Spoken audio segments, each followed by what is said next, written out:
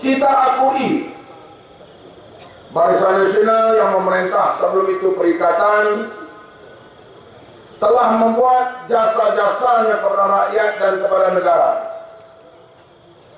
Tak boleh kita nafikan soal pemerintah sejak merdeka hingga sekarang tak buat pembangunan.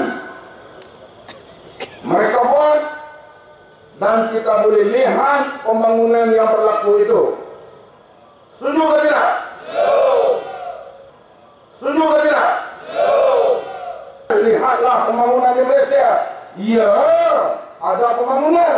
Kamu dapat pembangunan mengikut acuan kamu, maka kami hormati.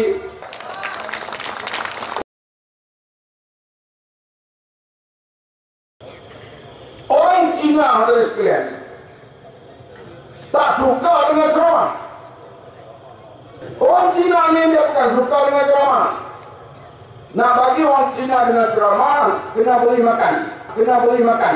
Ada makan, boleh ceramah. Tak ada makan, no. Kalau Pakatan Rakyat menang, Kristian akan jadi agama resmi negara. Kalau Pakatan Rakyat menang, Kristian akan jadi agama resmi negara. Kalau Pakatan Rakyat menang, Cina perintah Malaysia. Orang-orang PAS